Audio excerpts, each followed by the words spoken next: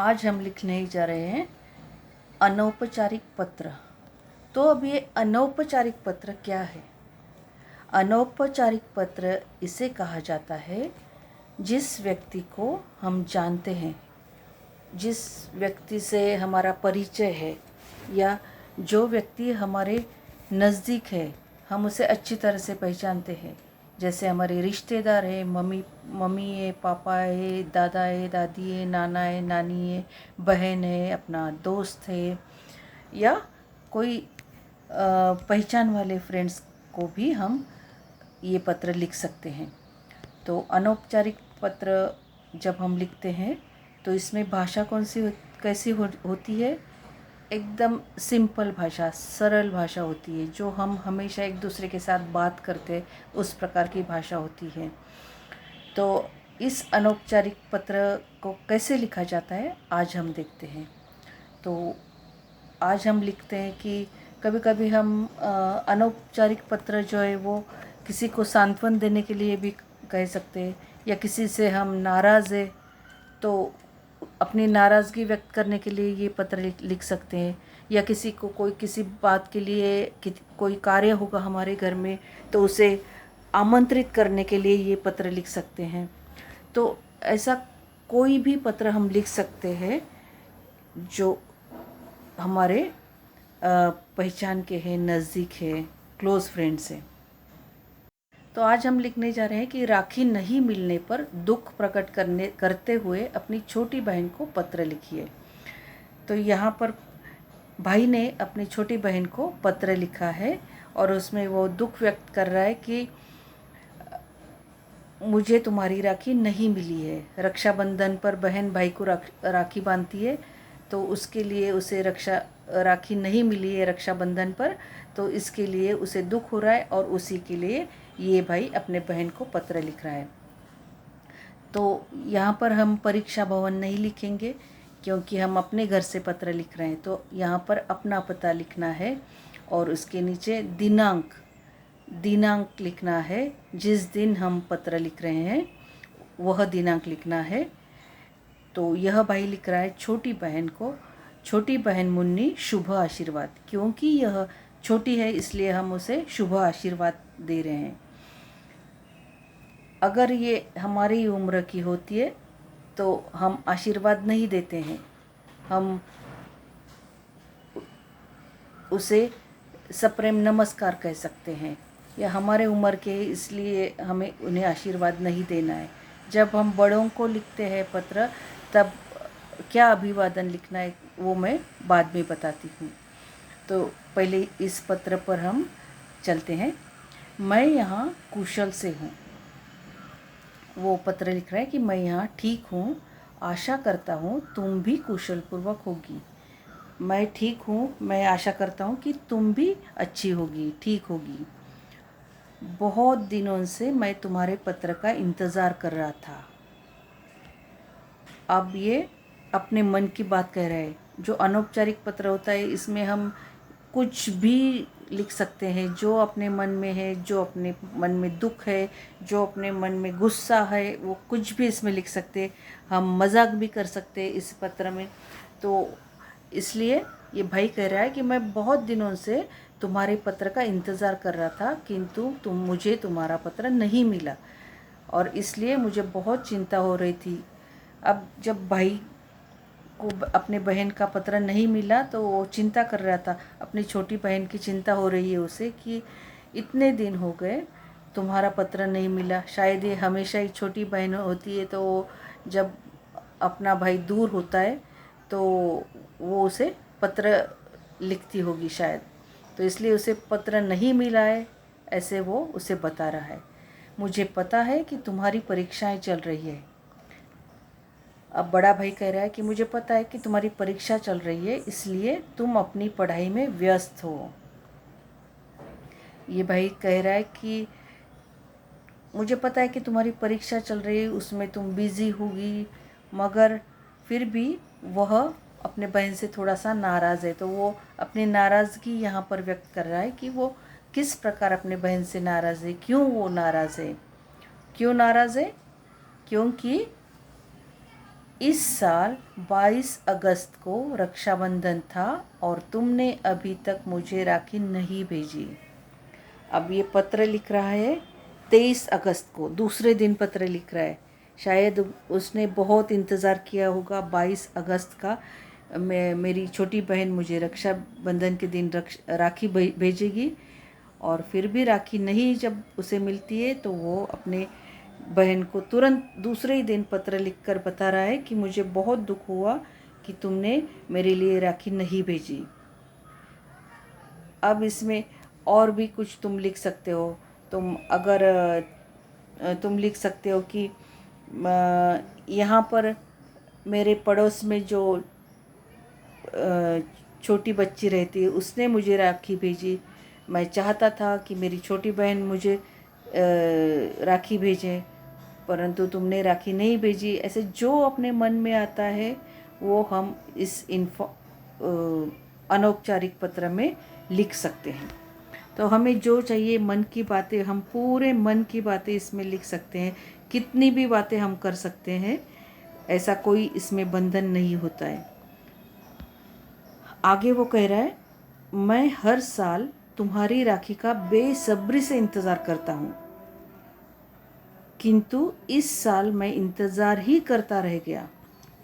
वो अपने बहन को बता रहा है कि हर साल मैं तुम्हारे राखी का इतना इंतज़ार करता हूँ और इस साल भी मैं इंतज़ार ही करता रह गया। मैं सिर्फ इंतज़ार ही कर रहा था और तुमने मुझे राखी नहीं भेजी, या मुझे तुम्हारी कोई भी राखी नहीं मिली। वो सचमुच बहुत दुखी है। वो इतना इंतज़ार कर रहा था अपने बहन से, अपने लिए राखी आएगी, पर उसे जब राखी नहीं मिली, हो सकता है कि कोई भी कारण हो सकता है कभी कभी अपनी गलती भी ना हो, फिर भी उसे जब राखी नहीं मिली तो उसे बहुत दुख हो रहा है इस बात का, और ये अपने बहन को इस बारे में बता रहा है। मैं रक्षाबंधन के दिन पूरा मायूस बैठा रहा।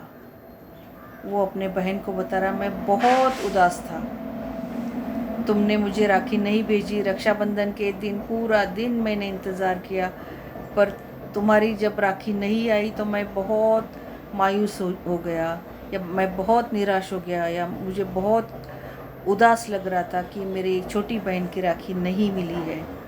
और यही सोचता रहा कि शायद शाम तक भी तुम्हारा राखी मुझे मिल जाए तो मैं खुश हो जाऊंगा। वो सोच रहा था कि अगर शाम तक भी मुझे मिलेगी राखी, कोई बात नहीं, रक्षाबंधन तो आज का दिन तो रात को 12 बजे ख़त्म होगा ना, तो मुझे शाम तक भी राखी मिलेगी तो कोई प्रॉब्लम नहीं है, तो भी मैं खुश हो जाऊंगा। अगर शाम के 7 बजे भी राखी मिलती है तो भी मैं खुश हो जाऊंगा। मगर राखी नहीं मिली उसे। तो राखी जब नहीं मिली उसे, पूरा दिन इंतज़ार किया, सुबह से लेकर ये भाई इंतज़ार कर रहा था मेरी बहन की राखी आएगी, मेरी बहन की राखी आएगी। सुबह हो गई, सुबह से दोपहर हो गई, दोपहर भी ख़त्म हो गई, इंतज़ार करता रहा, फिर भी नहीं आई। फिर शाम हो गई, 4 बज गए तो भी राखी नहीं, 5 बज गए तो भी राखी नहीं, 6-7 बज गए तो भी राखी नहीं। और फिर वो बहुत मायूस बैठा रहा कि मेरे बहन ने मुझे राखी नहीं भेजी। कभी कभी उसे ऐसे भी लगता होगा मेरी बहन शायद मुझे भूल गई होगी, मेरी याद उसे नहीं आती होगी, ऐसे भी उसे लगा होगा। और जब कोई अपने फैमिली से दूर रहता है तो उसे बहुत दुख होता है। अपने फैमिली मेम्बर, परिवार के सभी सदस्यों की बहुत याद आती है। मम्मी की आती है, पापा की याद आती है, भाई की, बहनों की याद आती है। भले ही उस वक्त वो झगड़ते होंगे, मगर जब दूर रहते तब उन्हें अपने भाई बहनों की कीमत समझ में आती है। मेरे भाई बहन जब मेरे पास होते तो मैं कितना खुश होता हूँ। तो जब ये छोटी बहन की राखी नहीं आई उसके पास, तो उससे लगा कि अरे मेरी बहन ने मुझे राखी नहीं भेजी। और फिर जब हम घर से दूर रहते तो ज़्यादा दुख होता है फिर कि अरे मेरी बहन ने मुझे राखी नहीं भेजी। पर फिर भी उसका दिल देखो कितना बड़ा है। वो क्या कह रहा है, अच्छा कोई बात नहीं। फिर भी वो उसे समझा रहा है कि ठीक है, कोई बात नहीं, अगले साल से मुझे समय से पहले ही राखी भेज देना। अच्छा कोई बात नहीं, अगले साल से तुम क्या करो, मुझे समय आने से पहले ही, मतलब रक्षाबंधन का दिन आने तक मत रुकना, रक्षाबंधन का दिन आने से पहले ही मुझे राखी भेज दो, ताकि मुझे इस साल की भांति पछताना ना पड़े। इस साल मुझे बहुत पछताना पड़ा क्योंकि मुझे राखी नहीं मिली। मगर अगर तुम इस साल मुझे अगले साल मुझे राखी भेजोगी तो रक्षाबंधन के पहले ही मुझे भेज देना, ताकि मुझे अगले साल फिर से इंतज़ार ना करना पड़े, या मुझे आज जितना मुझे दुख हुआ है उतना दुख, वैसा दुख नहीं होगा नेक्स्ट अगले साल। तो इसके लिए इस साल तुमसे गलती हो गई, पर अगले साल तुम ऐसे मत करना, तुम मुझे रक्षाबंधन के पहले ही राखी भेज देना। और फिर वो कह रहा है अंत में, अपना ख्याल रखना, खुद का ख्याल रखने के लिए वो सलाह दे रहा है, अपनी छोटी बहन का ख्याल रखने के लिए, और पढ़ाई अच्छे से करना। ये बड़ा भाई उसे कह रहा है कि पढ़ाई अच्छे से करना। मम्मी पापा से मेरा प्रणाम कहना। मम्मी पापा बड़े होते हैं इसलिए हम उनको प्रणाम कहते हैं। हमसे जो भी बड़े होते हैं उनके लिए हम प्रणाम कहते हैं। और अंत में क्या करना है, अंत करना है, अंत में समापन में हम कहते हैं तुम्हारा भाई मिहिर। अब यहाँ पर हम घर के ही लोगों को पत्र लिख रहे हैं इसलिए हम लिख सकते हैं तुम्हारा भाई, या हम लिख सकते हैं तुम्हारा भैया, जो भी तुम कहते हो, तुम्हारी बहन तुम्हें पुकारती है उस नाम से तुम लिख सकते हो। तो यहाँ पर लिखते हैं तुम्हारा भाई मिहिर, और यहाँ पर पत्र खत्म होता है। अब तुम अनौपचारिक पत्र में किसी को आमंत्रित करने के लिए पत्र लिख सकते हो। तुम आमंत्रित कर सकते हो, तुम्हारे अभी तो इस परिस्थिति में लोगों ने एक दूसरे के घर आना जाना शुरू कर दिया है, तो फिर हम अपने रिश्तेदारों को या दादा दादी को, किसी को भी ऐसा पत्र लिखकर दिवाली के छुट्टियों में अपने घर आने के लिए आमंत्रित कर सकते हो। तो तुम प्रैक्टिस के लिए यह पत्र लिख सकते हो कि दिवाली के लिए हमारे घर दिवाली मनाने के लिए आओ। किसे पत्र लिखोगे? दादा दादी को। तो इस प्रकार तुम दूसरा पत्र लिख सकते हो। या फिर हो सकता है कि किसी की मृत्यु हो गई होगी तुम्हारे रिश्तेदारों में किसी के नज़दीक, तो तुम उनको सांत्वन भी कर सकते हो, उनका सांत्वन भी कर सकते हो। तो इस पत्र के द्वारा तुम किसी को सांत्वन पर पत्र भी लिख सकते हो। तो इसी प्रकार हम अनौपचारिक पत्र लिखते हैं। तो आपको बहुत अच्छी तरह से ये समझ में आ गया होगा कि अनौपचारिक पत्र में कैसे क्या लिखते हैं। हम अपनी भावनाएं व्यक्त करते हैं, जो संवेदना होती है हमारी, हम गुस्सा होते, हम खुश होते, हम हर प्रकार, मतलब हमारा मूड जैसे होता है वैसे हम अपनी भावनाएं व्यक्त कर सकते हैं। अपने सुंदर और सरल सिंपल शब्दों में हम उनको इस पत्र में लिख सकते हैं। और ऐसा कुछ नहीं कि पत्र कितना छोटा होना चाहिए, कितना बड़ा होना चाहिए। इनफॉर्मल पत्र में तुम कितना भी लिख सकते हो। तो इस प्रकार पत्र लिखा जाता है। और पत्र में दिनांक लिखना नहीं भूलना है, और पता लिखना नहीं भूलना है, और अंत करना भी, एंड भी करना नहीं भूलना है।